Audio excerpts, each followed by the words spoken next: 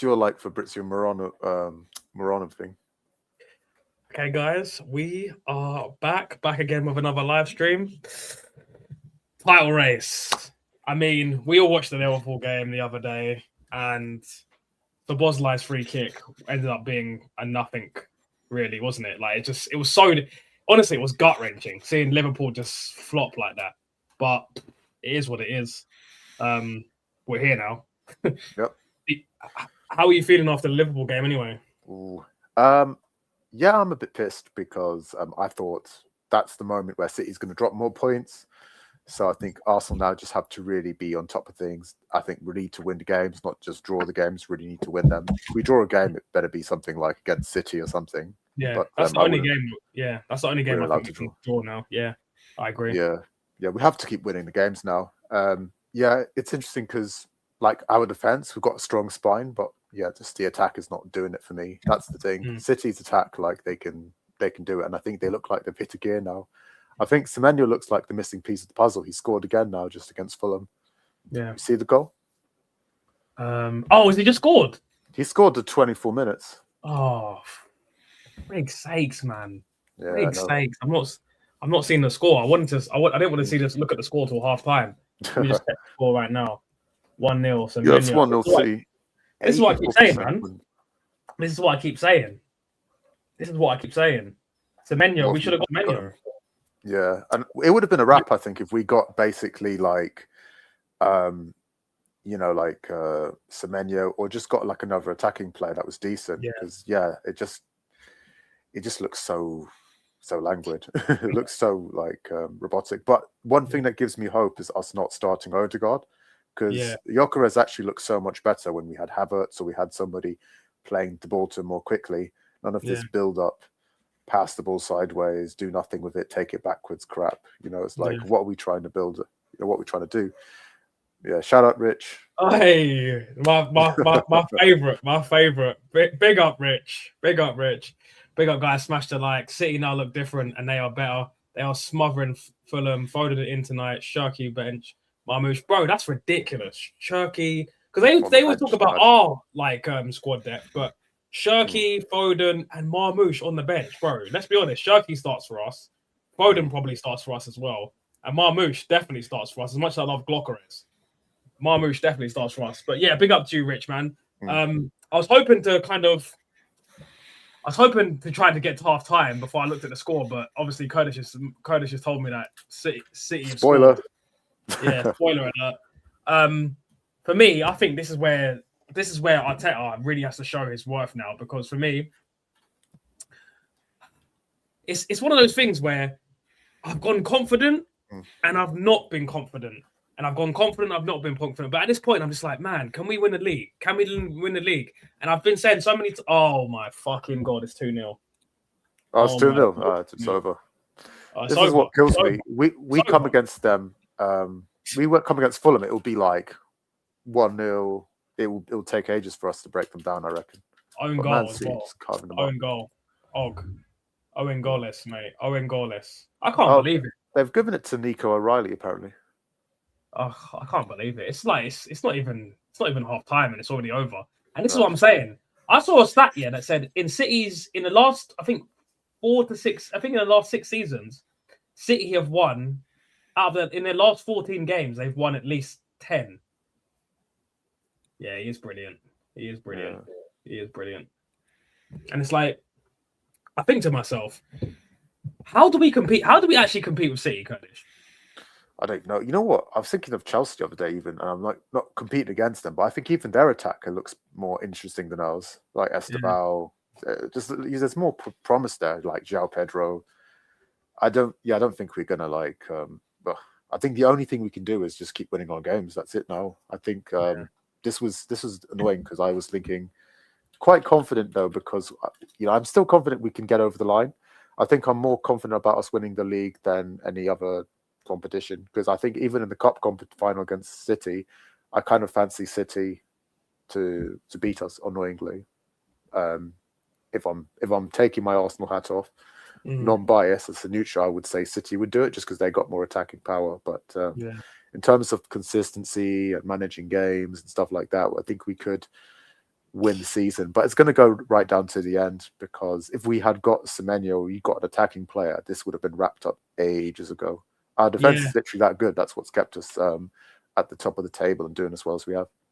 And you know what is this for me? Yeah, is I look at Atletico Madrid. Yeah, Atletico Madrid got Lookman. Lookman had scored in his debut, and he looks the way he was wrapping the right back. He was sending the right back to the shops, bro. And I think to myself, we could have done with a Lookman. Look, I think he cost 30 million, bro. 30 million for a player that is a complete upgrade on Martinelli and is a complete upgrade on Trossard. Maybe not like Leao, Rodrigo, Kvaratskhelia, Desiree Douar levels, but for me, if we want to make it so that we could almost guarantee us winning the trophy this season, I think Lookman or Semenyo would have been the missing piece. And now Semenyo has scored 3 important goals for them: the Fulham goal and the 2 goals in the semi-final of the Carabao Cup against Newcastle. Yeah, I mean, to be honest, when you've got Martinelli, like I could list like half the wingers in Europe. Maybe I would take them. I would take Nico Williams. I would take Leao. I would take Gula. I'll take Yildiz. I'll take so many players. Like would be an upgrade. It's just so frustrating because we've been so ruthless. Like we chucked Kieran Tierney, we chucked Lino, but on the top end of the pitch, we've had Odegaard and Martinelli from the beginning, and we've been like missing out on title after title, second place. And we don't upgrade them, and I don't understand why. And we're too slow to kind of get rid of players like we're really bad at selling players as well, isn't it? Like Zinchenko, I think bad at selling took players. ages for us to like ship him off. I think the one, No, I was going to just get City's fixtures up on the screen. I want to get your opinion on this. So these are City's fixtures. So obviously this is a win for them. Let's forget about the FA Cup because I don't really care about the FA Cup right now. They've got. They'll beat Newcastle. You think they'll beat Newcastle? I think they'll beat Newcastle as well. I think Leeds are more likely to do something against Man City than Newcastle, weirdly. Leeds are a bit of a weird team. They've been playing really good against, like, they drew with Chelsea the other day and they look like they're out of it. You know, to go like 2-0 down and to come back against Chelsea, that's quite impressive, to be fair. Yeah. So I have more faith in Leeds doing something. And Leeds will be playing home as well at Ellen Road. That's a really tough ground to go to usually. Leeds are a really weird team this season, but yeah, I think they can do something, and they play good football. I think they can take the game a bit to City, play them a bit their own game. So do you think City drop points there? I'm not confident that in dropping points. I think my gut tells me City will beat Leeds, but it'll be tight. It'll be a tougher game, I think, than the Newcastle game. I reckon. Because the fixtures for City, to me now, they are easy up until the cup final against Arsenal. And then after Arsenal, I think it's Chelsea or something. They have to face Chelsea or Arsenal or something. I think it's Chelsea, then Arsenal. So, yeah, we'll go. I personally think I think they'll drop points here. Maybe it's cope, but I'm hoping that they drop points here, to be honest. The trouble is, if they drop points here, I can also see us, for whatever reason, Arteta and us dropping points as well for some stupid shit. And then we will get to the final with them and we will see what happens. But then after that, that's where the fixtures will get tricky for City. Like they got Chelsea, then they got us. If the defeat against City, I think that would be instrumental. If they beat us in the cup final, it would be a blow, but it wouldn't be. I don't think it'd be the end of the world. I think we could still win the league without beating the big boys, just making sure we don't lose to them and beat all the smaller teams. Then I think we win the league still. Yeah.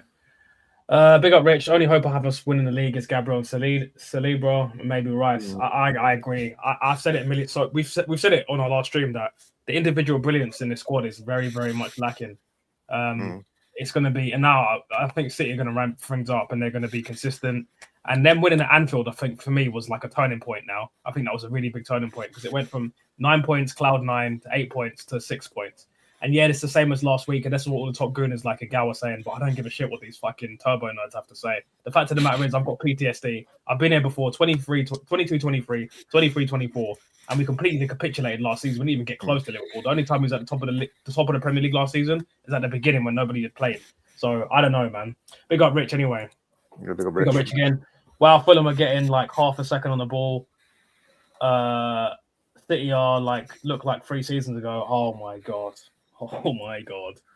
Yeah, you can never count out Man City, and with the money that Guardiola's throwing at this team, like they've been relentless. Like in the January, this is what I wish we'd have more ambition sometimes in the mid transfer windows. It's like we always wait till the summer to sign players.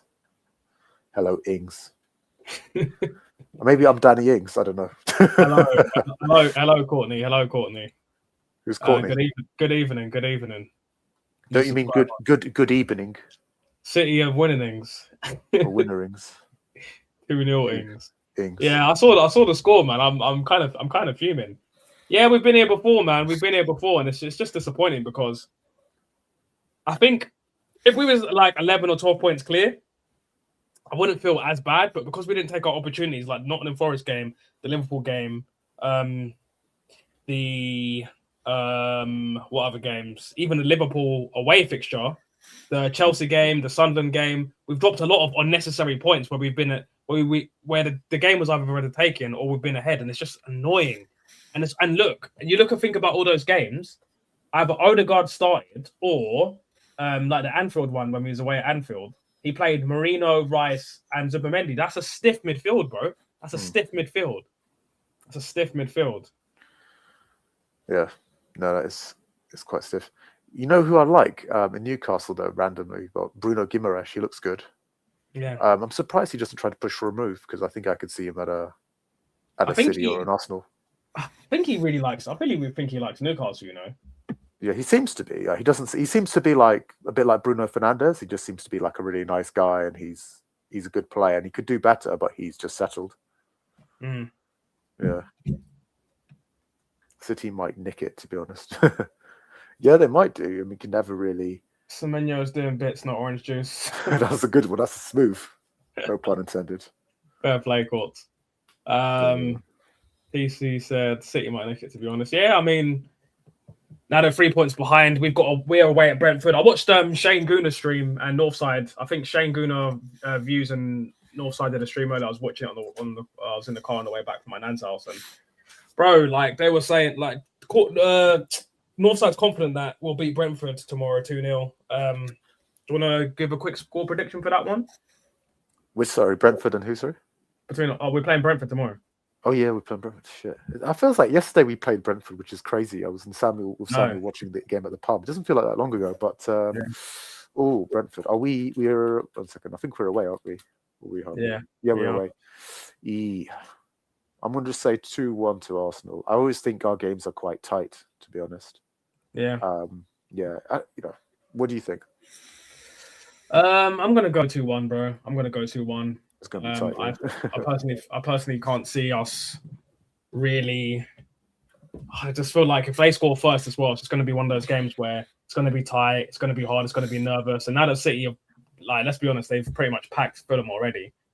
Fulham are going to get packed. Let's keep it 100. They're going to get packed like sardines. They're getting sardines, mate. They're getting touched, and it's just annoying because I think to myself, man, all those missed opportunities early in the season, and like not buying anyone in the January transfer window gets on my nerves. Like we should have just paid the 55 million for Semenyo, man, or the 60 million or whatever it was. He even asked Arteta to come to the club as well, which gets on my nerves the most. It's really frustrating, man. It's really, really frustrating.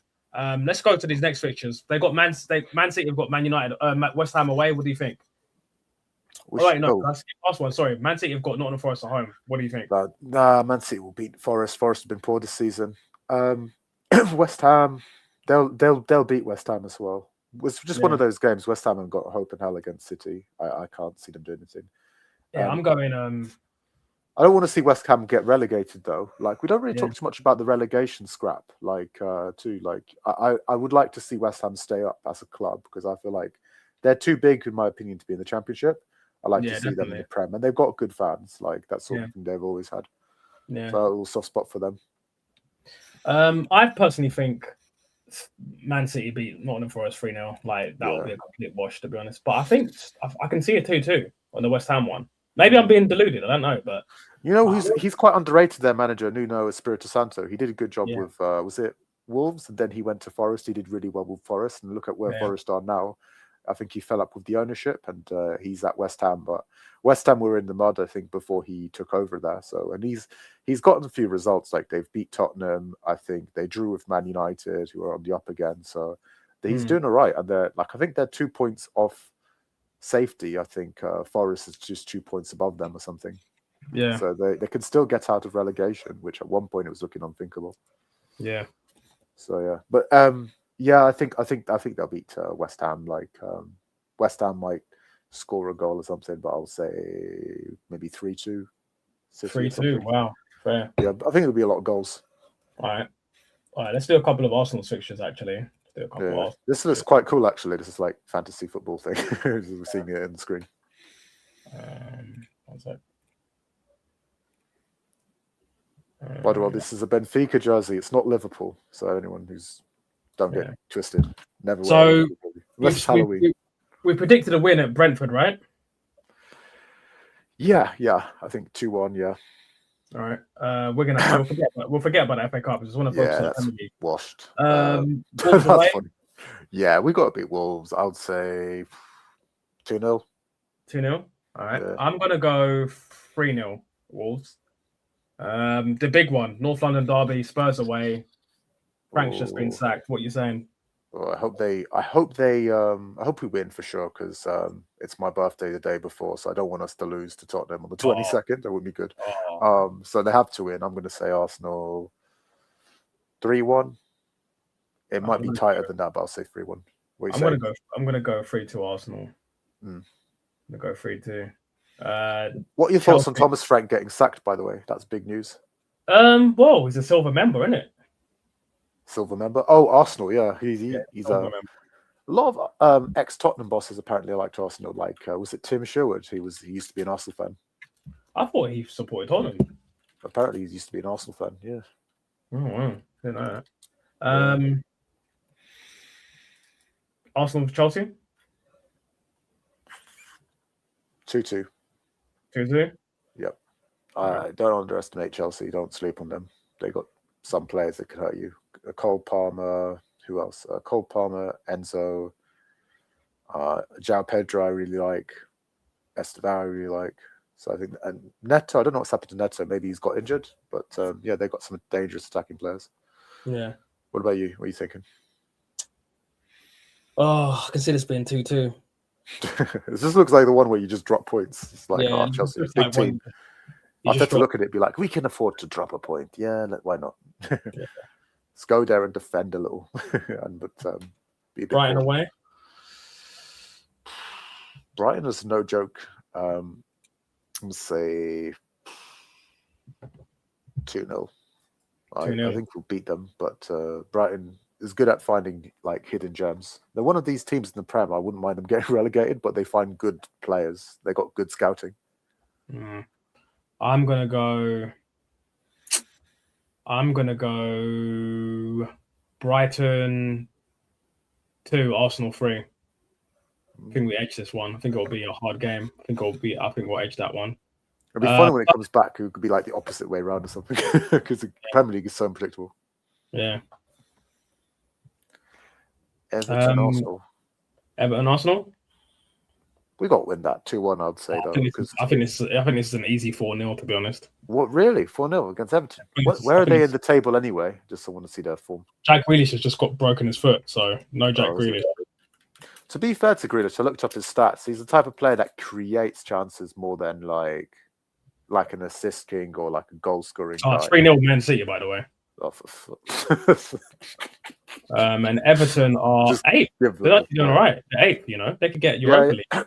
That's the thing with Moyes. Like, if Sean Dyche and Sam Allardyce and all these English guys are like relegation specialists, I would say David Moyes is like a mid-table specialist. Yeah. Modest Moyes. Haaland scored the 3rd goal, by the way. You wouldn't trust him with a top 6 club, but at a sort of mid-table club, mid-table solid team that stay in the Premier League and have stability, he'd be good. Like, I think if he was at West Ham, they would be doing better. Yeah. Arsenal Man City. That's the big one. We're talking about the Carabao Cup. Yeah, this is the Carabao Cup. I'm going to include this one because I think this affects our Premier League. I think. Oh, This is tough because this is going to be a real tough one. I don't know why I can see this going to penalties. Yeah, I was going to say we win. We win on penalties. Yeah, 1-1 and we win the shootout. I completely agree. Agree as well. I think it's one of those games. Tight. Like even last year when we played them in the community, not last year, but the year before we played them in the Community Shield, it was 1-1 and we won on penalties as well. Fabio Vieira, of course, scored the winning penalty, and I think that one. I've got to back my team, man. It's a cup final. I've gone back in my team, man. It's a cup final. My heart says Arsenal. My head says City in a weird way because I just I think if it goes to penalties, we win because we got Raya and I think we got some good penalty takers. Yeah. Saturday, the 11th of April, Arsenal take on Bournemouth at the Emirates Stadium. What are you saying? I'm confident again. Well, I could see this one us winning this, but maybe just 2-1. Again, Bournemouth is like a bit of a dark horse, like especially with Iraola. I think they packed Liverpool one time recently. So yeah, I'll just say I fancy us to beat the smaller teams. I think against the big teams, the bigger teams like even like the Villas, whatever, we struggle a little bit more. But against them, I'm confident we do the job. Okay, we don't lose. We win tight or we draw, but we definitely won't lose. I don't think. I'm gonna go Arsenal 3, Bournemouth 1. Win about the team. I think. It's one of those games. Emirates home. We probably at this point we probably just won the Europa League as well. And I'm hoping for Europa League. I'm hoping we've just won the Carabao Cup. So yeah, hopefully, we can win that game as well. I think it'll be a tough game. Obviously they lost Semenyo. They've lost a lot of their good players over the last couple of years, like Dean Hodgson and Semenyo. But they've obviously got players like Evan Nelson, Tavernier, and they've got that. Evan Nelson and Tavernier, and what's the other guy's name? I can't remember his name. The other four that they've got. But I think it'll be. No, that's Brentford. Sorry, I get mixed up with Brentford and Bournemouth because they both have B and they're both red and black, whatever. And then this is the big one. We're not winning for sure. We're drawing. I think 1-1. I reckon 1-1, and I'd take that to be honest because we're at the Etihad. I'd say 1-1. I can't see us beating them in their own backyard.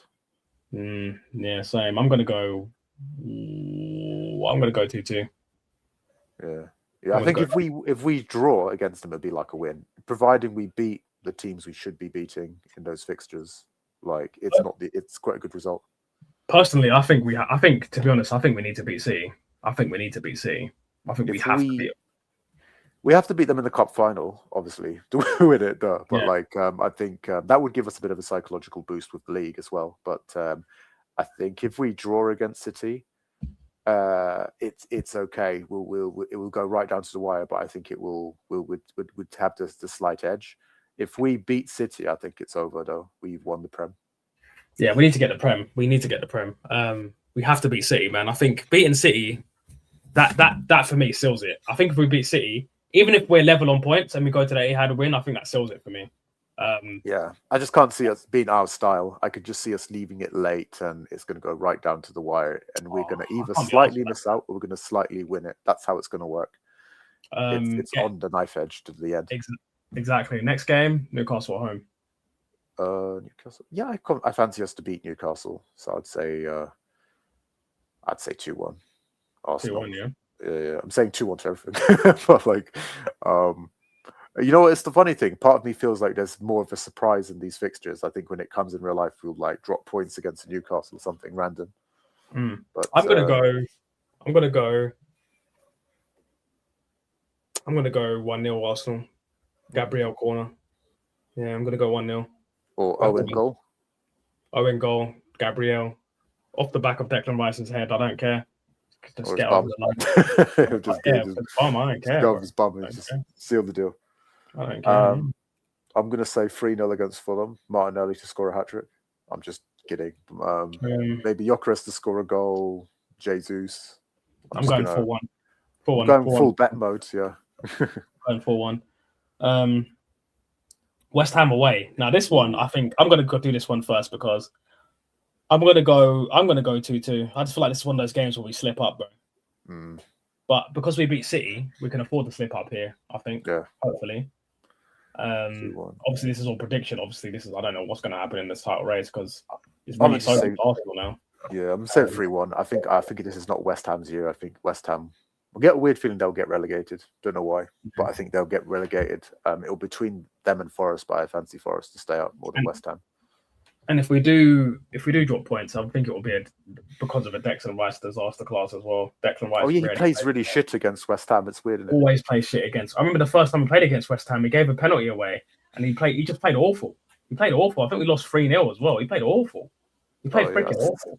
I think I saw on Instagram, it was funny as well because they had Arsenal had these two singers visiting, like the Afrobeat singers like Thames and Iristar, and then someone was trolling us saying like, "Oh, West Ham understood the assignment. Too bad he's at the stadium and they put him before." But that was quite funny because like they were like supporting Arsenal. But yeah, shout out to Blade. I think we'll definitely beat Burnley for sure. Shout out to you, Blade, man. What you're saying? We're just going through the fixtures, Arsenal's fixtures on the Premier League running. Big up Kurdish as well. Yeah, shout out. Lemon Kurd. I've got a lot of names now. Lemon Kurd, Curtis Jones. Curtis Jones. That's sick. Curtis Jones is sick. Yeah, Curtis Jones. Yeah, you can't top that. Yeah. And then our last two games, Burnley and Crystal Palace. What are you saying? I think we win these games. Yeah, I think Crystal Palace, if they still had Glasner and still had, they've got a lot of players unsettled, isn't it? Because Mateta was supposed to go to Milan, right? But the move fell through. So I think we beat Palace 3-0. 3-0, yeah. Yeah. Eze to score a goal. That'd be funny. All right, I'm gonna go for Burnley. For Arsenal Burnley. I'm going 4-0. Yeah. And for Crystal Palace Arsenal, I'm gonna go 4-2. And the reason why I feel like we beat Palace somewhat comfortably is because I'm hoping they can get to like the Conference League final and focus on that instead. Yeah. Yeah. So based on that, I think we probably win this. We'll win the league by maybe like 2 points or something. Yeah. But I think it really comes down to us beating City. I think we really, really have to beat City now. I think it's so important that we beat City. Yeah, no, it's crucial. I think. Important. Yeah. I think the cup, like you said, it would give us a massive lift. I think. Definitely. I think hopefully, if we win a cup for me, the pressure should be off. Even if we win the cup and like nothing else, I'm just saying, just go play. Don't play with that fear. Just literally take the game to teams. You should win it, and we've got the defense that we should be able to trust and go out and play a bit more. Hopefully, I think if we win our fixtures, we're supposed to. Even if we draw against City, I think we probably win the title. We just need to make sure we pick up the points where we really should be, and against City, because we're at the Etihad. If we draw, it's not like the end of the world. I could understand that. We just need to make sure like we don't lose there. To be honest, because that's going to be huge. Because not only they take 3 points of us, it's 3 points gained. So like it'll be more than like 3 points. It'll be like 6 points essentially, isn't it? It is, yeah, because they're cutting the gap and everything with us, and then they'll be coming closer. So yeah, that game is like super crucial, and it's around that crunch time. I think that's when the league's going to be decided in those few games that City has against Arsenal in the cup, and then against Chelsea, then against Arsenal. And because they're playing those games all together, I think that gives us a bit of a boost because I think they're going to get tired playing all these games in quite quick succession against really top caliber teams. Yeah. Well, against us and Chelsea. So that's pretty good. I think Chelsea might put up more of a fight against City as well than Liverpool did. Yeah. I get the feeling. Big up Blade. I want to see Arsenal coming through and smoke on their fixtures because City ain't playing. Yeah, man. I mean, Rich was just in the chat earlier basically saying that this looks like the City of 2 or 3 seasons ago. And I think it's very important that we need to start acting like a serious club. Like we can't be letting these low blocks and stuff get in the way. The manager needs to figure out a way to get around these low blocks because historically he's not been good at dealing with these low blocks, man.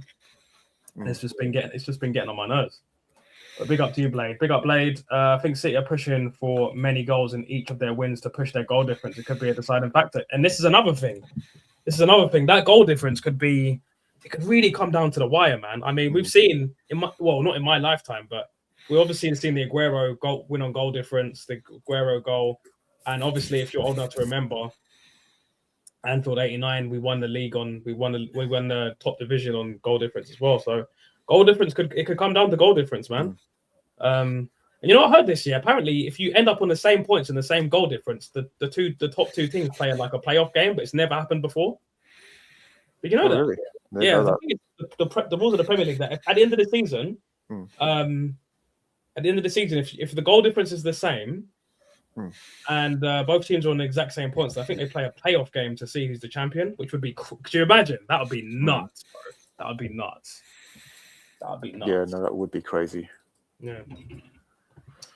I was just going to say, in terms of overall feeling towards the club, overall feeling towards the title race, how confident are you out of 10, bro? I'm between the 7 and 8. I'm just going to be optimistic from now on. You know what's crazy as Arsenal fans? It's like your emotions go from one extreme to the other.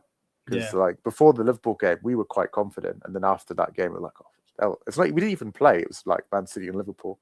But then, then beating Liverpool is a kind of like a massive statement, and they did it at Anfield as well. So you're expecting them to at least drop a point here, and we already have quite a good lead. But I think I wouldn't trust us with like a 7-point lead at this point. It wouldn't 9 or 10 at least. So I'm kind of confident. I'd say like a 7 or 8, just because of our defense is that good, and because we have that cup game against City, and then after that, City are going to face Chelsea and then us. So that's going to be a tough run of fixtures for them. So if they just drop some points there, and hopefully we lift that cup, that's going to knock City's confidence as well. So yeah, I'm hoping we it feels different. I feel like we've gotten so many times, like the team's got character, I think, to keep going again, because we've been second place so many times. For it to not unravel and us fall apart completely, because that must have been quite disappointing, being runners up so many times in a row. So to keep being consistent and keep going, I think they're quite motivated for it. And also they're like now more used to being in title races. So I think the squad also looks just better overall at managing the games. I think our squad depth that people talk about is a bit overrated, especially in the attacking areas. Because I do look at us when everyone's fit, and I'm like, Gyökeres looks good now that we're playing a bit at a better tempo. He's looking much better, like the player we hoped he would be. Saka, he does not look like his usual self this season. Oh, it looks awful. It looks. I've said it before. He looks so desperate and so like he's just trying to force the GA because he's getting battered on Instagram or something like that. And this is another thing. Psychologically, this could, if we don't win the title or we don't win anything, I think psychologically it'll be so damaging for the players that the manager has to go, because there's no way you can beat. You've been in the squad for like 5-6 years. You've been under this manager, and you've won nothing, and you've come so close. You're going to start to question yourself, and that will have a negative effect on the player's psyche. So I think it's so like for me, this is the penultimate season for me. This is the penultimate season. If he doesn't get the job done, I think it has to be time to go. It has to be time to go. And I mean, I think the thing is, it's an interesting situation, because I can't imagine I remember another team that keeps on running, like getting second place so consistently like Arteta has. So it's just a weird situation for any club to be in, because normally when the manager goes, you're like, oh, it's a crisis, get rid of them. But I mean, look at Slot. Slot's under pressure. He won the Premier League in his first season with Liverpool. I know, like, let's say they drop out of the top 4, because right now they're 6, isn't it? So it's possible they might not even be able to qualify for the Champions League, and they won the Premier League last season. That's quite a bit of a drop off. But then it's a bit of an interesting one, because like the season hasn't even been over yet, and the people are already calling for him to be out. And I don't really see any Liverpool fans defending Arne Slot. I see a lot of people trying to want him out. So it's interesting how we have so much loyalty to Arteta. I think Arteta, he's been definitely more consistent than Slot, but he hasn't delivered the big thing, hasn't won the title. Yeah, because you'd rather have someone who just won the title, right? And just fell away. I mean, the difference between Arsenal fans and Liverpool fans is most Liverpool fans actually have standards. That's the difference. Arsenal fans are just happy to be. A lot of Arsenal fans are just happy to be there. Like for me, I don't understand how any Arsenal fan can look at this season if we don't win anything. And there's last year the excuse was injuries, Kai Havertz, Saka, etc., lack of squad depth, no striker. There's no excuses this season. There's literally nowhere for this guy to hide. So as much as I don't particularly like Arteta, I backed him this season. I said he shouldn't get sacked until the end of the season, no matter what happens. Because psychologically, I don't think it'd be good for the players, and I don't think it'd be good for the fans, and I don't think it'd be good for the club. Yeah, but if he doesn't deliver this season, how can you look at it as an Arsenal fan and go, we need to keep him another year? Because the excuse was before, if he doesn't win, then we should get rid of him. And then it was injuries, then it was this, then it was that. And it's just like, how we're going to go round and round in circles and just get to the same position over and over again. But I'm just going to read this comment quickly. Big up, Roy. The Palace Bournemouth match is insane. Yeah, 3-2. Do you mean Burnley? Yeah, 3-2 Burnley. 3-2 Burnley. Burnley are winning 3-2. Big up, Blade. Not to mention, Mourinho being out now, Havertz, Gyökeres link up will be crucial. Yeah, I think if we're going to win the league, it's going to come down to our defense and Havertz and Gyökeres producing moments of individual brilliance. That's what it's going to come down to. It's looked promising so far. Still early because we haven't seen them play that much together, but it looked promising. Yeah, you could also argue that Slot inherited Klopp's work, kind of like Arteta inherited Emery's squad for the FA Cup. Yeah, the thing is though, bro, the only reason why I don't use that as an argument is because the top gooners, Agal included, were saying things like, "Oh, well, Liverpool aren't even going to be in a competition." Last year, Liverpool smoked us, bro. Smoked us. What, they won a league with like 12 points or something like that? So the problem is that people weren't even seeing Liverpool as a threat, and then all of a sudden, when they win the league, it was the argument shifted to, he inherited a world-class team, he had world-class players. Which one is it? So I just think it's... You go on. No, that's what I don't like about football fans and pundits. Like, people look back in hindsight and say, "Oh, I always said that," or this and that, but like actually you didn't. Like, because when Klopp's last season, right, they didn't finish for the Champions League, didn't qualify for that, did they? I think like Slot took over and then he got them from that to winning the title. So in my opinion, you have to give them the benefit of the doubt. Like, Arteta wasn't a popular appointment with me when it came, because my opinion as an Arsenal fan, I like to see a manager with like a polished CV, usually managed a club. It's not everything, because like we're seeing nowadays in modern football, like managers that may not have the biggest extensive experience don't necessarily isn't always the answer. So he's done better than I expected, and the reason I'm like, okay, I give him the benefit of the doubt because he's finished second place. Like so many times, it could have been easily like gone off the rails, and he'd be like, "Oh, I give up. We're going backwards." But we've been consistent, so I'm like, okay, if he wins any cup this season, for me, that will kind of like buy him a bit more time, because second place consistently as we have in a league that's quite competitive, I can kind of sympathize a bit with it. I'm more lenient in that sense, like I think. Yeah, I mean, like you got to give Arne Slot some credit for winning the title with Liverpool. You can say all you like, it's just Klopp's team, but before when Klopp left, he didn't win the title with Klopp in the last season, so he did something right. But at the same time, you can see this season he struggled a bit. So he's not a genius, he's not mediocre, he's kind of somewhere in between. Same with Arteta, in my opinion. Yeah, I agree. Which is kind of a sitting on the fence answer about what it is. I don't see Arteta or Slot as geniuses. I think they were. Yeah. I think they've been both very fortunate. I think with Slot, he was fortunate in the sense that City completely fell off and Arsenal were terrible. Even though City haven't been as strong for Arsenal this season, I think the City this season was much better than the Cities of last season.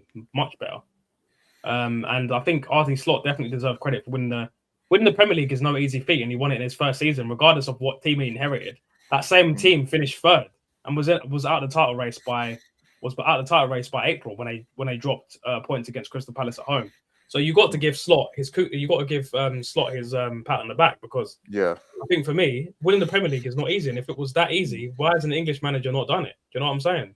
Yeah. That's number one, and number two, Slot. He didn't just win the Premier League; he won the Premier League comfortable as well. Like, it wasn't like he got it like it was a Balotelli Aguero moment. He literally won the Premier League in January, bro. Like, he literally won it in January. I think they were 13 points clear of Arsenal, who were maybe second or third at the time, and they were just awful. We didn't even get close to them. We didn't even get close to Liverpool. We were shocking. Man. We Yeah, let's get shocking. into some of Roy's comments. Roy's saying the VAR team at West Ham versus Man United game last night might have all been suspended with VAR officials sacked by FIFA. It seems that the United disallowed goal was actually onside. Oh, okay. Sad would probably be like shouting about that. I'm surprised he's not been piping up about that. Yeah, probably. I didn't really The watch thing the is- game. Yeah. And the thing is, as well, like you got to remember that's such a big ripple effect as well, because obviously more points for United, and it allows that guy to get his haircut. So it has a bit. What's that guy called? I forgot what he's called. United Strand. Oh, is that what he's called? Oh, God. Yeah, like strands of hair in it. Oh, my God. That's terrible. Yeah. It's crazy how like he's become so famous now. Like he done an interview with Gerard Piqué the other day, you know. Oh, wow. Yeah, it's mad. Crazy. You can really earn a living off this thing, you know? Yeah. Hashtag that. Arteta out. Yeah. Arteta out. Arteta out. Like, that's a Roy Hodgson accent. Not Roy Hodgson, Roy Keane. No, Roy Hodgson was like. Roy Hodgson, man. You remember that clip where he's like, "Hey, you're taking a piss here." Have you seen that? The Roy Hodgson one. No. Apparently, he's really, really unpopular with like foreign players. Like Roberto Carlos says he's the reason he transferred from Inter to Real Madrid because he wouldn't play in his natural position. And allegedly, Andrea Pirlo said Roy Hodgson used to pronounce his name and call him not Pirlo but Pirla, which meant shit in Italian. Oh shit! I didn't know. Yeah, so he literally transferred, I think, to Milan. So Roy Hodgson looks like one of those managers. He just looks like one of those managers that he's stuck in his ways, and he's an old guy, and he's a bit of a dickhead. But because he's older, he's got a bit of respect and stuff. But nobody really actually likes him. I don't know, man. I think he seems like a likable fellow, just like his style of play is so unlikable. It's like he's from that typical English school of total hoofball, I call it. Like you lump it up to a tall striker like an Andy Carroll or something. Well, bro, I mean, I saw a stat that said the last 19 times City played Fulham, they beat them every single time. So, I mean, this was most likely always going to be a spanking. Let's be honest. Like, big up to you anyway. I mean, man, 3-0. That's a good question. That's a good question by Blade. Say who's the best English manager in history, and who's your favorite English manager in history? I've got a top 3. Well, let you go first, Darkside. Save my card first. Best English manager in history. Hard to say. I mean, I think the bar's not really that high, to be honest. There's only a few that I would say were world class. And there's one, and a lot of them, to be fair, were before my time. But I know about them. Yeah. All of them are before my time. But I can still comment. So probably say Bob Paisley. Is Bob Paisley English, or is he Scottish or something? He's English. He's English. Is he definitely English? Yeah, he's English. Are you all right? Yeah, he's English. Is that you got like a top 3? Who's your top 3? Bob Paisley. I haven't got a top 3. I've just got. I was going to say Bob Paisley, Herbert Chapman, and fuck it, Eddie Howe. Just because I want to watch manager as well. Yeah. I'm gonna go retro. So my top 3 would be like Terry Venables. He used to manage Venables was good. Eltel, because he was one of the first English managers to get like respect as well in Europe.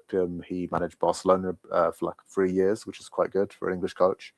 Yeah. He managed, I think, Tottenham, unfortunately, and he managed England. Like he got them. I think he's the one that got them to the semis in '96.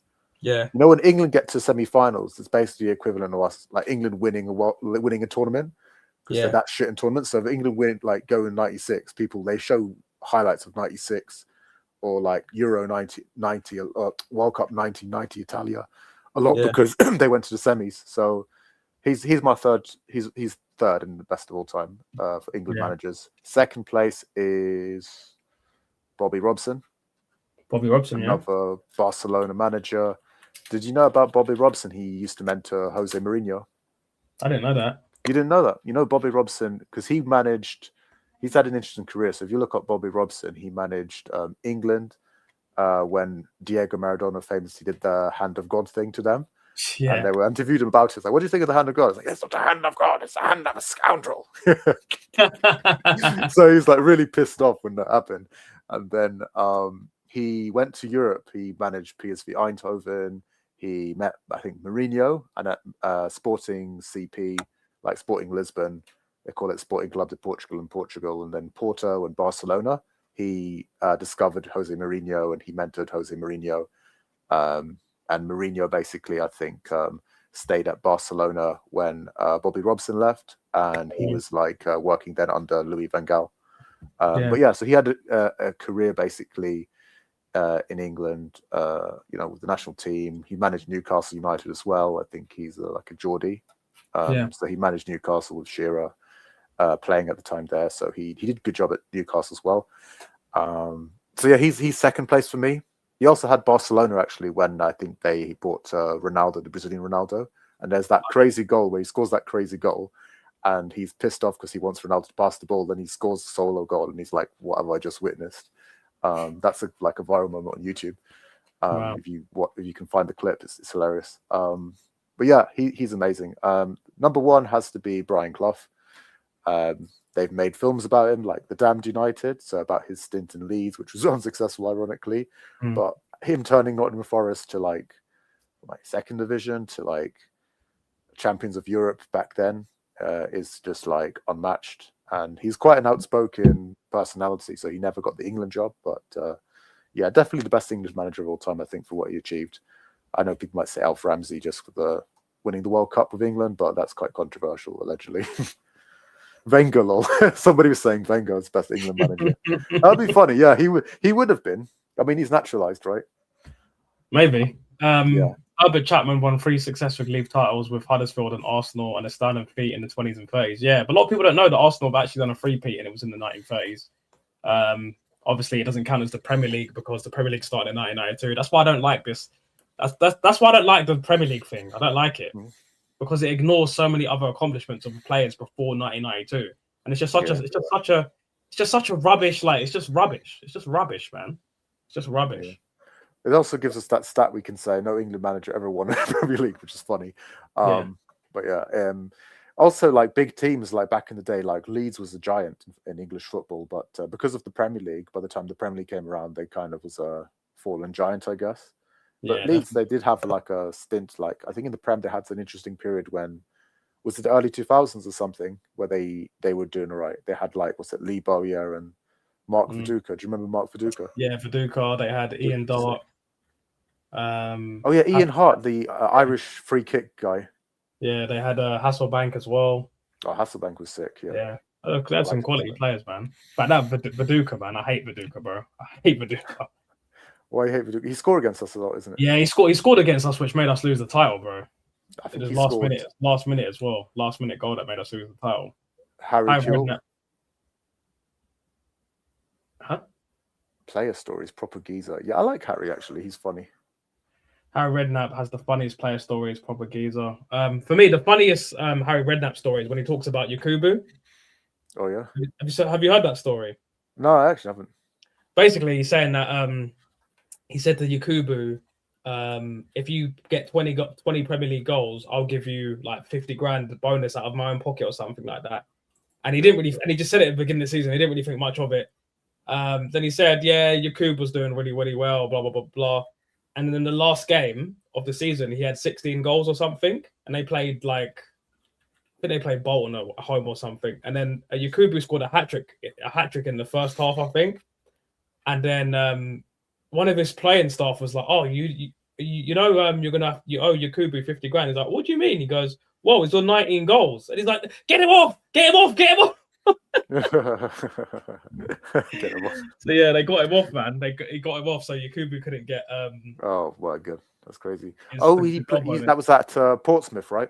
Yeah. Portsmouth. Yeah, Portsmouth. I was just looking it up because I was like, he's the Yak, mate. The Yak. That's a hilarious name. Yeah. The crazy thing about Harry Redknapp is he managed Southampton and Portsmouth and their rivals.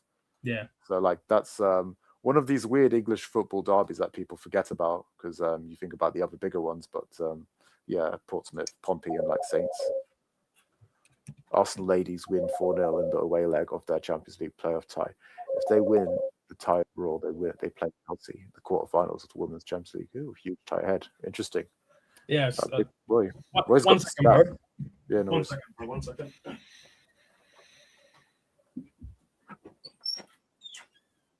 Are we winning the Champions League, Roy, with the women? Or maybe we're winning both, like winning Champions League with the women and the men. What do you think?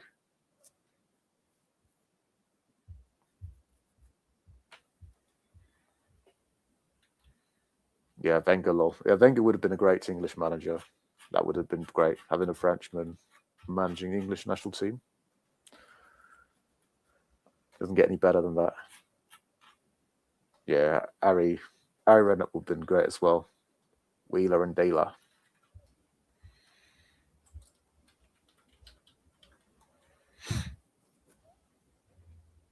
Sorry, bro. Back now. Yeah, no, sorry about that. I was asking Roy, like, basically, who do you think are more likely to win the Champions League for Arsenal, the women or the men? He says, I trust the women more than the men. I agree. Yeah. You're a wise man. Damn right. I trust the women probably with my life, just definitely not the men with my life. I trust them to do something. I think they won it already last year. So yeah. How about Gareth Southgate? Yeah, shout out to Gareth Southgate for like great England managers. Why not? Yeah, I mean, Waistcoat Mafia. I mean, for me, bro, Gareth Southgate he's a. I'm sorry, man. He's a scrub. Let's be honest. He's an absolute scrub, bro. He's Scrubbosaurus Rex, man. He's rubbish. I mean, in terms of English managers for international, people can say he's done a good job, but he didn't lift anything. He didn't lift anything.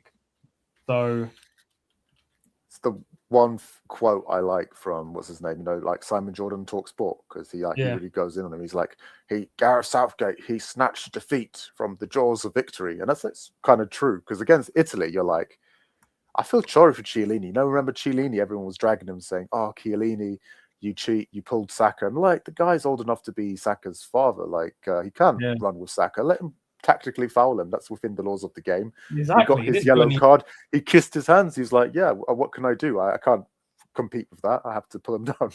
Exactly. And it's not like he broke Saka's leg or something. He done a tactical foul and we pulled him down and we lost on penalty. That's it. That's just how it goes. And the Sterling thing against Denmark, that was kind of basically like a dive or a soft foul. So, like, we do a little cheating ourselves now and then. But I think of England, we were just England was super fortuitous with Gareth Southgate. He came it's a bit similar to Arteta. He came where expectations are like super low, nobody expecting anything, new talent coming through. Like how we had Saka coming through and stuff. New talent with England coming through. They've invested money into the Prem. You see a lot of English players now. Because there was a point where we were looking at the golden generation, retiring Rooney, Gerrard, and we're like, who's the next English lot going to come? There's just going to be foreign players. And all of a sudden you see English players because what they did was, Premier League's got a lot of money. So like the lotto money, the gambling money, the stuff they say is all wrong, pumps money into English football. So they invested money into the training, the new players. You get players now playing like they're Brazilians in the England team, but they haven't done the same managers. So you're seeing a lack of English managers, but like a lot of English players coming through, playing all over the world. So that came up, and then obviously we had the luckiest draws ever. If you look at the run up to the World Cup, we faced Croatia, not even like top, 8, 9 teams in the world. We faced Croatia and we fumble against them. You know what I mean? We were dismissing them. Then Italy, a team that didn't qualify for the other tournaments, we lose them at home in the final. And then the other one was Spain, isn't it? Like Morata up front.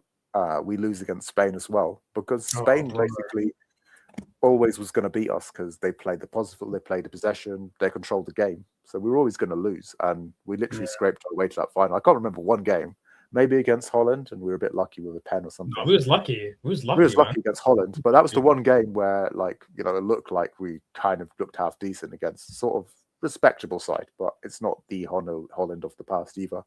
So I don't think we'll get the same luck, because I think already in our group we've got Ghana and got some other teams, Croatia. Yeah. So I reckon the luck is going to go out, and then watch the English press will be like, "See, I told you shouldn't hire a German. Look what happens." And we're like, people forget.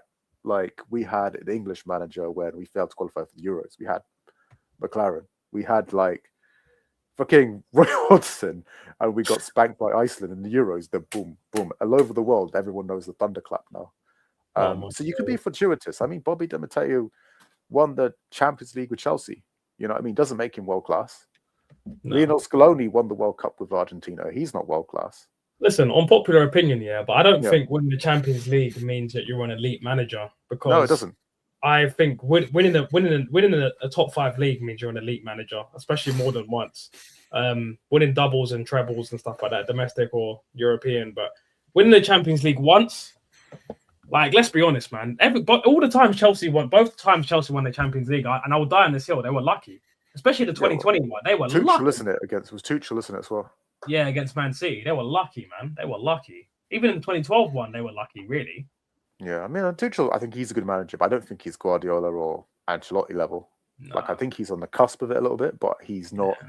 And he has this temperamental thing. He falls out a lot with his with the owners and stuff he works with. A bit like Conte. He can be a bit crazy. I think he's like A- tier, maybe A tier manager. I don't think he's A+ tier, and he's definitely not S tier. It's definitely not S tier. Do you remember when him and Conte had that little bust up? Oh yeah, with a little handshake thing. The handshake, and then Conte was like, "Let go of me, let go of me." Yeah, and they were like, awesome. Yeah, Conte looks crazy. Conte looks like Al Pacino in like Devil's Advocate. He just looks like he's gonna go nuts. Do you think we will see an English manager win the Premier League in a lifetime? Probably. Oh God, this is a hard question. I mean, I'll say yes. I'm just gonna say yes, but I think I'll probably be 50. 50? Yeah, I'd be really old. Or like 20 years time, maybe. I think you can see English talents come a long way, I think, in the Prem, because I thought at one point it's going to disappear because of all the foreign players, and they have to have the quota, and what they did was they developed English talent. If they do the same with managers, if they look at what the other, what the Germans, what the Spanish are doing with the coaches, then maybe they can do something. But yeah, I think it could happen, but it won't be anytime soon. Maybe 20 years. I mean, who's winning? Like maybe he was a close. Like Liam Rosenior maybe is in with Chelsea now. I don't know how good he is. His early days. If I were to predict what English manager will win the Premier League in my lifetime, you're not gonna believe what I'm gonna say, but I think it might be Will Still. Who the hell is that? Is that a joke? No, it's not a joke. His name's Will Still. Who's Will Still? He's a manager that was he was getting fight. So he was a manager that was the manager of, I want to say Monaco, maybe. Oh, no, he was a manager of Reims. He was a manager of Reims. A long time when we sent Balogun on loan to them. Yeah. And he didn't even have his UEFA Pro license, so Reims were getting fined like €1,000 every game that he was in charge. But they was that promising that they were willing to pay it. Oh, I could see it, and he's literally on. That's brilliant. William Still, and guess what he's drinking? Still water on a fucking touchline. Brilliant. He's living up to his name. Will Still. Oh, guess where he's born?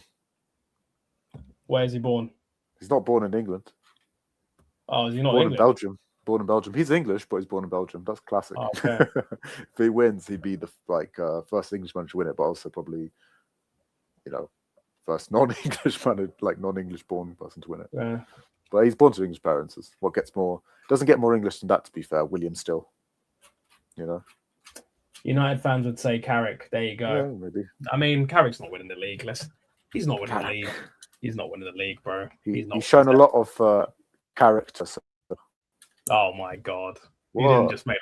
You didn't just make that joke, bro. I had to ask AI to help me. No, I'm joking. I did. That's just how my brain works. Someone was calling him carrot cake or something. What have you got to offer, William Still? William Still. Yeah. Just gonna start playing Still DRE. What?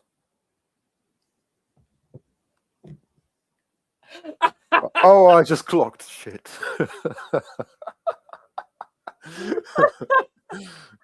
Hey, bro, this has got two meanings. Obviously, the meaning you're thinking, but there's actually a hidden meaning behind this as well that I didn't clock straight away. So I've seen it now. Yeah. So do you know Castillo? Castillo? Oh yeah, big man thing. Yeah. Yeah. So there's a scene here where he's on a game show and he's chatting to these women, and one of the girls are like, "What do you have to offer? Like, what do you have to offer?" And he just goes, "Willie, still." That's it. Oh wow. Anyway, it's one of those things you have to watch it. But I have to watch it. Now, did you read the newspaper reports that Spurs players were sick of Thomas Frank talking about how good Arsenal were? They were even texting each other about his constant his praising of. He's a silver member, bro. He's a silver member. What do you expect? I wouldn't be surprised if he came into training with like an Arsenal kit on and, you know, had Henry or Ian Wright on the back and got them to watch footage of Arsenal and say, this is how you need to play. This is how you need to take set pieces. Learn from these guys. Otherwise, we could be in relegation scrap, which is what they are now. So yeah, he warned them. He tried to get them to aspire to be more, but no, couldn't do it, could they? Couldn't hack it. He's ahead of his time. Shout out to Kurdish and Darkside. Shout out Joe. Shout out to Thomas Frank as well. They got sacked today, but well, I took a little bit of a break from streaming just because personal life and stuff. But I'm gonna try and stream a bit more regularly again. It's like, you know, the problem is there's algorithm. As soon as I took a week off streaming, all my watch time hours and stuff went down, man. It's this YouTube thing is not a joke. It's hard, bro. It's hard. Yeah. It's a hard knock life. You gotta keep at it. Yeah. But, that's my favorite JC song as well. It's a hard knock life for us. Actually, you know what? Just a quick question. Actually, what is your favorite song of all time? Favorite song of all time? Shit, that's too much. It's too much, bro. Oh god. Growing up, I'll just go nostalgia. You know, like I used to like that song by the Black Eyed Peas. You know, Where Is the Love? Really? Yeah, weird. Wow. And then it's like, do you know it was Justin Timberlake singing the chorus? I thought it was. Oh, is it? Yeah. Look it up. Yeah. It's like people killing, people dying. I think growing up, it probably would have been. Oh, there's so many, bro. There's so many. But I think about one that really sticks out to me. It's Baby Cakes. Oh yeah, Baby Cakes. You just don't know. No. Because bro, that song in the peak of its popularity, you could hear that. You could be in the barbers, you could be in the Turkish kebab shop, you could be in a shopping mall, you could be in your parents' car, you could be on bro. That song was everywhere. That was one of my favorite songs. Man. Yeah, I do miss like the kind of like just like cheesy songs. Do you remember like back in the day, like girls would either sing to like Destiny's Child or like JoJo? You remember JoJo, that white girl? Yeah. It's like get up right now. That one. It's just like freaking 14 singing that song. Like, what the fuck is going on? What do you know about that stuff? And I'd say as an adult, my favorite song. No, as a teenager, my favorite song was "Heartbroken" by T2. By the way, fun fact. Micah Richards is in the video, by the way, just so you know. Bro, let me show you. Hold on. Hopefully my shit don't get taken down, but let me show you. It's jokes. Hold on. Micah Richards, don't come for us, man. You got good money with Sky, man. Leave us alone. Hold on. This is so funny, bro. This is so fun. I'm going to turn the volume down and show a little bit of it because I want to get copyrighted. This one. I think it's this one. We need to think of like the cheesier songs as well. Like, what's some of the cheesier songs ever? Cheesier songs. Do you remember that Eurodance trend? Eurodance trend. Yeah. Remember like European techno shit. Like, remember Bass Hunter? Yeah. Like, now you're gone. Remember? That's hilarious, man. You're not gonna believe this, bro. Look, watch. You're not gonna believe this. Watch. Is that him now? No, that's not the him. light skin thing. No. There he is. See? You see? Oh yeah, shit. Is that him? See? That's him. That's him. Yeah, that's him, bro. It's weird seeing him like freshly shaven and everything. Yeah, there he is, mate. In the Land Rover, mate. in the Lanny, mate. In the Lanny. That's what I'm saying. What's that other song? That UK one was Love Shy. Like, hey, thinking about you. Spurs next game is after Frank sacking. I've never been more confident of winning the White Hart Lane. An early goal sees the crowd get on their back. We could win by 3 to 4 goals. Bro, I hope so.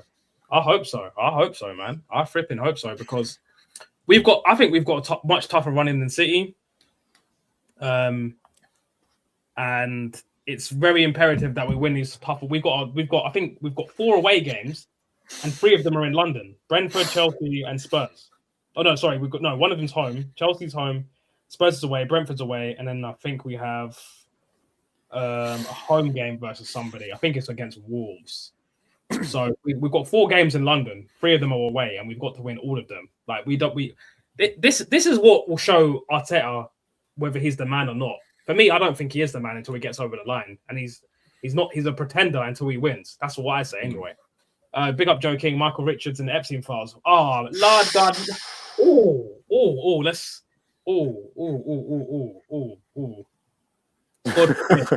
God forbid. Of Lord. Anything by Millie Jackson. Millie Jackson? Or Michael Jackson you talking about? You talking about Michael Jackson, or is Millie Jackson someone that I should know? What else? Unless Michael Jackson and Miley Cyrus had a baby or something, we don't know about.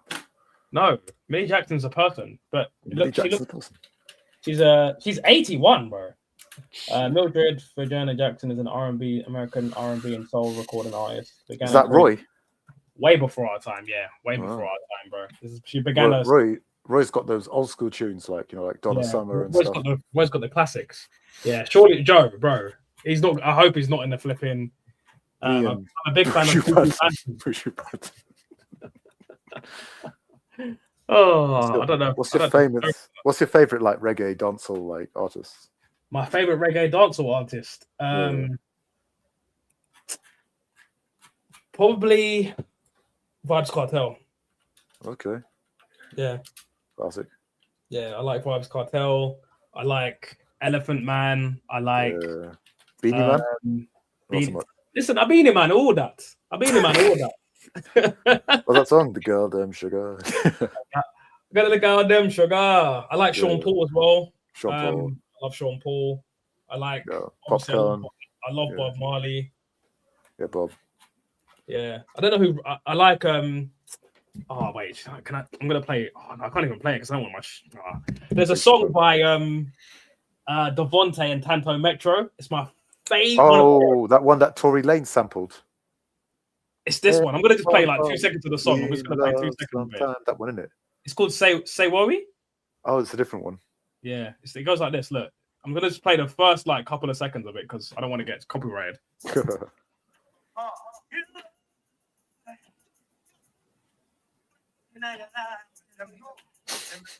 you hear it?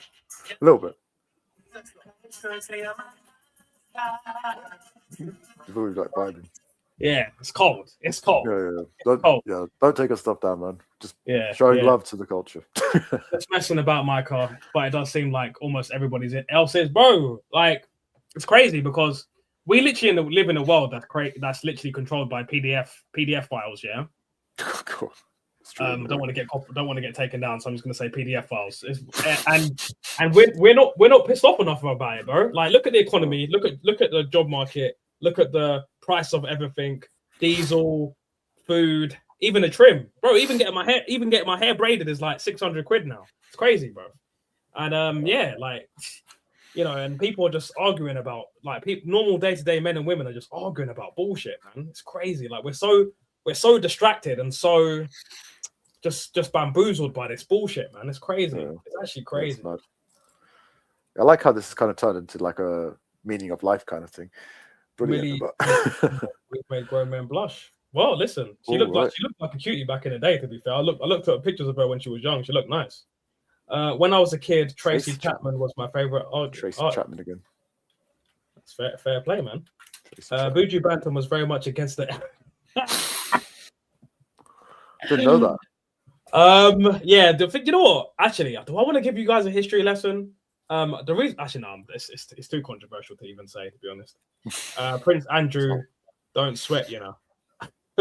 Well, when you've got, this stream is starting to get a bit techie. I'm not even gonna lie. No comment. No comment, bro. No comment. Plead the 5th. I plead the 17th, mate. Big up the Queen, big up Prince Charles, you know. Yeah, big up the royal family, big up the Illuminati, big up the FBI. Big up MI6.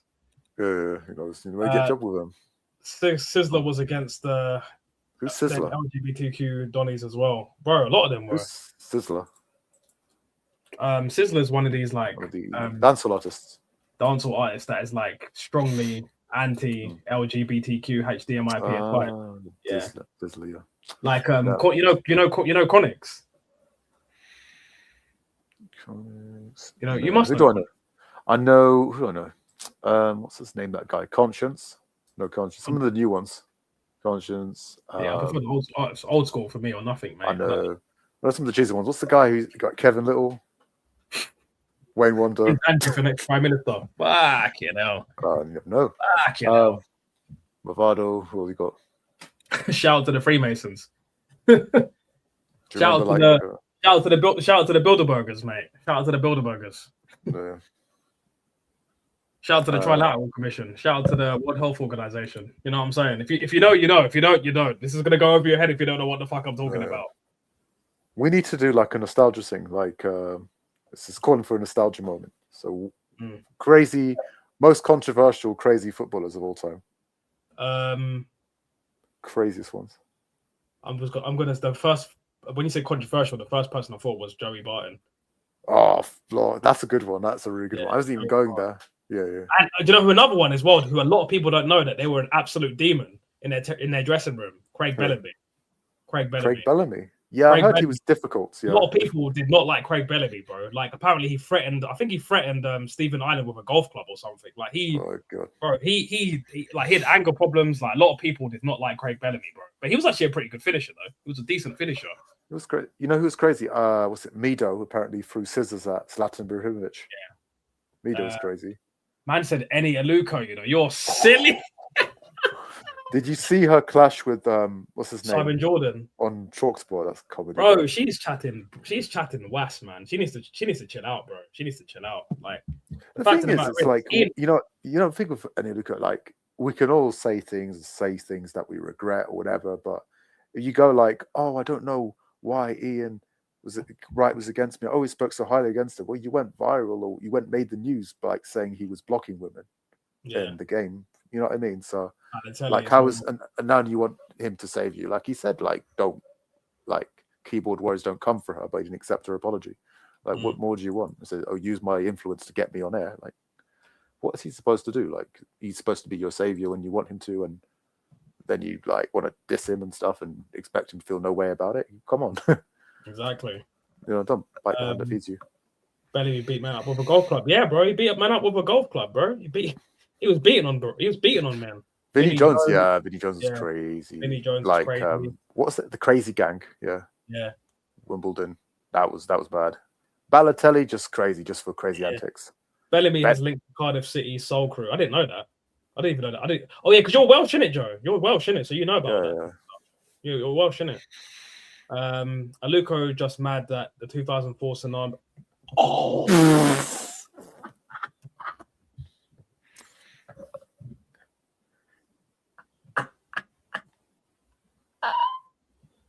You okay, Ty? I literally blew you out the stream. Oh my god, Joe, you're on a mad thing today, man. I don't know what's going on. I don't know what's going on with you, man. You had some Cardiff tea or something, because you're tweaking today, man. You're tweaking. No, the craziest thing. The craziest thing is somebody tweeted that she has the same hairline as Ian Wright. That's why she's mad. Oh, I think I saw someone say she's got a worse hairline than KSI, which is crazy. Have you seen KSI's hairline, bro? Yeah. His hairline's mad. Like it's like I don't even know if he's got a bad hairline or if he's just got a massive. His head is like he took his bandana off on the Shits and Gigs podcast the other day. I saw it. This was ages ago, to be fair. And his head was just so. It was like a six head, man. It's crazy. Gaza, the king of controversial. Oh yeah. Gaza was jokes. Yeah, Gaza was quality. Can't forget Gaza, man. Can't forget Gaza. Yeah, and he had who did he play for? He played for like Spurs, isn't it? At one point, that was funny. And they asked him, "Why did you go to Spurs, not Man United?" Said, the money. The only reason why you go to Spurs. He wanted to play for the Lily White, so we could snort that Lily White, mate. That's what he wanted. Bro, that hairline is Danny Diabolical, mate. That hairline is, bro. I don't actually think it's his hairline. I just think he has a ridiculously sized head. I think his hairline went back a little bit, but it just is he had a big forehead, so it just looks worse, and it like points out as well, so it looks like more like stretched, which is extremely unfortunate. But KSI is rich as hell, so I doubt he cares anyway, to be honest. Yeah, probably don't. What else is? Yeah, get some comments. I think somebody mentioned like what controversial footballers like Figo transferring from Barcelona to Real Madrid. That was quite controversial. Yeah. Well, he's not controversial. He's like one of the gentlemen of like the game, but yeah, he just happened to transfer like from I think the biggest rivals to another one. Yeah. No, he's full Nigerian, bro. He's not Somali. He's full Nigerian. Okay. Yeah. I love how you put a pirate flag. Remember when Joe, you're taking the Joe. You're talking stuff today. You're talking stuff. Remember when that came in the chat and he put the pirate flag on? Yeah, talking stuff. Man said Moses can part a hairline like that. Oh, bro. God, man, really coming for her today, man. Sometimes maybe good, sometimes maybe shit. I love. That's the thing. I like Gattuso. I like Gattuso a lot. Yeah, shout out. I'm a big fan. Shout out Gennaro. Big fan of the general, mate. He's part of my favorite team. The 0405 Milan team is my favorite team of all time. Yeah, that team was really stacked, and it was so annoying that they lost to Liverpool in the final because they were like on paper the far better team. Yeah, but that goal, I think that was a crazy night, and I think they beat them in 2007, is it? And then Liverpool were kind of stronger, but ironically, AC Milan beat them. Yeah, so they got a little bit of revenge, but that was a good team. What else is it in KSI and half? Man said Moses could put that. That's so funny. Yeah. Now I'm trying to think what else. Like, who else is controversial? Balotelli. We always got to mention Balotelli. Balotelli's like just crazy, not like malicious or anything. He just did crazy thing. Remember when he said that thing about his girlfriend or his fiance? He said he let like the Real Madrid players have her like if they won against Dortmund, which is wild. What the hell?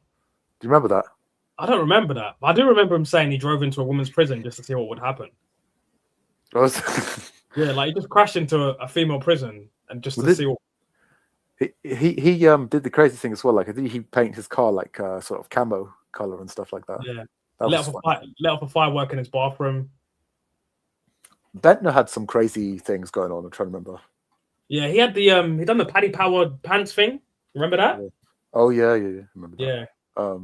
And then he had the thing with Steve Bruce's daughter, isn't it, as well? Yeah. Mr. Snatch Your Girlfriend, John Terry. Well. That was something. Yeah, I mean, smashing your teammates' misses behind. That's just crazy, man. That's crazy. Yeah, I don't know what was more embarrassing was for him that happening to him in public and Wayne Bridge having to deal with that, or his Man City teammates made it worse by like going like Captain Bridge, make Wayne Bridge captain because of it. I'm like, come on. Give it to Rio. You don't get made captain of England or whatever just because like one of your teammates. Yeah, like that sounds like getting the captain's armbag because somebody shagged my girl is like an Illuminati humiliation ritual or something, man. That's crazy. I'm like, what? I just make it make sense. It's just crazy. Make it make sense. It's crazy. Nuts. Yeah, I wouldn't. Pennant doing a hit and right on the traffic light was quite mad. Yeah, I forgot about that. Robbie Fowler as well got accused of doing cocaine and done the snort celebration as well. When he snorted the not the touch line, but the penalty box line. And Pennant playing drunk and scoring two. No, I think he got a hat trick actually. I heard that story. I think he was drunk, went out, he done quite a few vodkas, and then Wenger started him. We thought he was going to be on the bench. Wenger started him. We ended up getting a hat trick. Yeah. Trying to think, what other players have done crazy stuff? Ibrahimovic hasn't done anything crazy. He's just had funny quotes. Yeah, he's just got funny quotes, but he's actually pretty like squeaky clean actually. He's actually quite like a model professional as well. He's just got like a crazy ego. Like he's great, but that's it funny. I think they asked him about his recovery and like I said, how long do you think it'll take you to like recover? Like blah blah blah. And he's like, lions don't compare themselves to humans. He's so funny, bro. Random. He's jokes. And then he's like, I don't follow football. Football is following me. That's the famous one. The Arsenal one. Remember, Zlatan doesn't do auditions. Robbie Savage claiming he was a professional footballer was fairly controversial. That was a good one. Oh, what's his name again? Was it Asprilla from Newcastle? He was crazy. Aston Villa 1-0 up against Brighton, apparently. Shit. For an 88th minute, Tyrone Mings get themselves in the title race. Man. Aston Villa. Oh, 3-0 still. Yeah, still 3-0 to... Who scored for them? Oh my God. Semenyo, Nico Haaland. Yeah. Do you get... You know, that's funny now because they got a player called Nico and they got a player called Rico. Yeah, it's annoying. I always get confused between Nico and Rico now. And they got a similar style haircut. Like they got the sideshow bob thing. Yeah. Like... It's 0-0, Sunderland 0, Liverpool 0, half time. Palace are still losing 3-2 to Burnley. Can't wait to watch the highlights of that. That looks like it's going to be a good game. I'm not watching the highlights of the Man City Fulham game. I can't believe I thought there was going to be an Emil Smith Rowe masterclass. Tyrone Mings' haircut is definitely controversial. Let me take a look because I've not seen because he's been injured. He's always injured, so I can't even remember what he looks like, to be honest. I know he had that kind of light skin high top thing, but I don't know what he's looking like now. Let me take a look, bro. I think he's got it's like a sort of afro thing. Oh no, his hair's not that bad. I think his hair's all right. Okay. Yeah, I think his hair's all right. I don't think there's anything wrong with his hair. I think it's all right. No. It's not a style that I'd go for personally. But yeah, I don't think there's anything wrong with his hair, to be honest. What's that? But about the best boldies of all time, best bold footballers, best ball players of all time. Obviously, Zidane takes number one. We know this. Zidane's obviously number one. Got to put Cambiasso in there. Esteban Cambiasso. Esteban Cambiasso, when on the verge of losing his hair, looked terrible. Like I remember, 2006, I was like terrible. Just you know, one player who held onto their hair way too long. Goran Pandev, bro. Oh yeah, I mean, he still has. I think he got a transplant or something. But some people get the transplant, and it's crazy. Like you can get loads of transplants, and you still can't really get it looking decent. Some people get a transplant; it looks nice, and then some people just get like these done. Like Wayne Rooney's one's kind of looks crap, but he's had so many. It's kind of looking almost all right now. Yeah, he looks. His one looks like someone just got a jar of hair and just like put it on top of his head, or just somebody colored it. You know, like somebody just painted it. Yeah. Oh, Eric Cantona playing Karate Kick. The fan slightly controversial. Yeah, I mean, he got banned for like 18 games or something, didn't it? That was crazy. Yeah. I think he got banned for ages for that. Oh, Di Canio, he was proper controversial. Yeah, Di Canio. Yeah, he. I think when he played for West Ham, he was just moaned all the time. Apparently, just moaned all the time. Oh, remember that Arsenal game? He shoved the referee. Yeah, I know what you're talking about. He was on the Pez 2006 one. Yeah, he was in front of Pez, man. The only referee to ever go on the front of a football game, by the way. So you know. Yeah, I feel like it's a job. If you get bold, like you become a manager, you become like a referee or something. There's so many. There must be some other good ball players out there. Oh, do you remember Simone Zaza? Do you remember Simone Zaza from Italy? I think so. Yeah. It was what? He was cool. He was cool. Yeah. I think we were linked him briefly. I think Sassuolo. But there's a funny story about him. So he was getting trolled, I think. And do you remember? I think was it Italy and they faced Germany. They get knocked out by Germany in penalties. And Simone Zaza goes to take a penalty. He does like a Panenka style penalty. Oh, the little. Yeah. I remember that. There was so many memes about that. That was funny, man. That was funny. Somebody tried to troll him, and then they were like, somebody said to his girlfriend, like, I hope he doesn't perform like that in the bedroom. And then his girlfriend clapped back and was like, she had like the best clapback. She was like, some people fail once, other people fail their entire lives. Jeez! Savage, yeah. That's savage, bro. One hell of a clapback, but yeah. That is a hell of a clapback. Yeah, it's quite funny. Yeah, that was a funny one. But yeah, I think he played briefly like for West Ham or something, Zaza. But he was Juventus. I remember when they had like Morata and Tevez and stuff. Yeah, like, there were other ball players that were decent as well. John Joe Shelby. Stam was good. John Joe Shelby. John Joe Shelby was like, remember they used to call him Voldemort. They were like saying, John Joe Shelby, Voldemort's coming for you. Yeah, it's true. No, I do remember. I do. Now Newcastle actually have a player called Voldemort. He got like biggest mop of hair ever. That Dutch winger that played. Oh, Robin. Bro. Robin. Yeah, Robin. Robin. And He was sick. Like, I'm trying to remember who's good. That's got to be a really good one. Yeah, Yap Stam, Pep Guardiola. Well, Pep Guardiola became bold as a manager, but Yap Stam was good. Yeah, he held on to Pep Guardiola held onto his hair for ages, bro. Yeah, it wasn't too bad to be fair. Yap Stam was good. Yeah, I can't think of anyone else to be honest. R9 technically, well, they just shaved it really short. You had the thing at the front, whatever that was.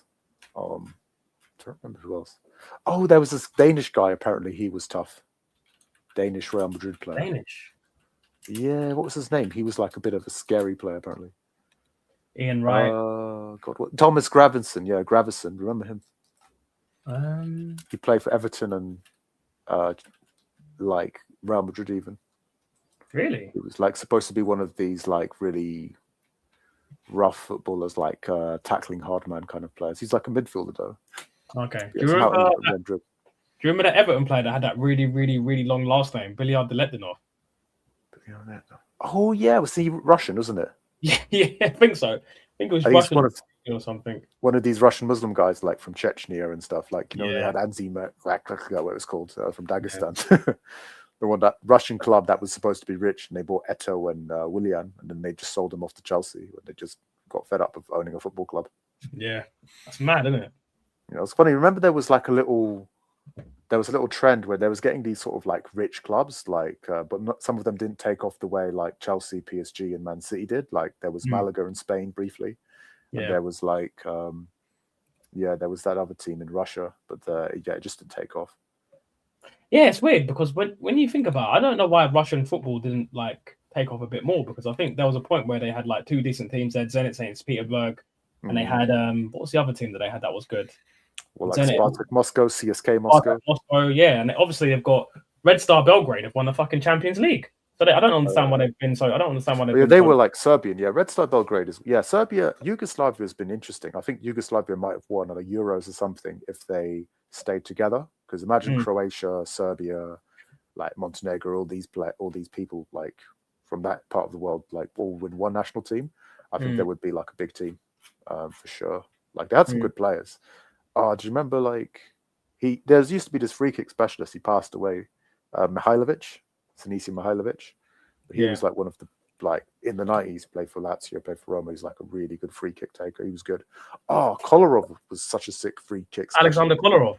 Kolarov was so underrated. His free kick ability was insane. Yeah. And his shooting, like his corners, was good.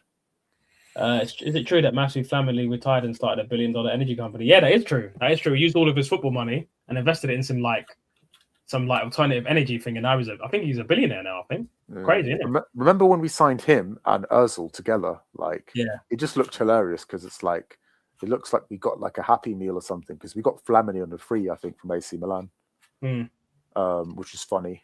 And then I think Özil at the same time, it's like, oh, we broke the budget with Özil. Let's just get some other player in. We get Flamini on the free. He was decent, to be fair. He was decent, yeah. They were pals, weren't they? Him and Özil. They were. That's a weird friendship. I'm going to wrap the stream there. Last words? No, good stream as always. Big up Joe, big up Blade. Big up you, Dark Side. And onwards and upwards. Yeah, Come on, you Gunners. Just going to say similar thing. Big up the chat.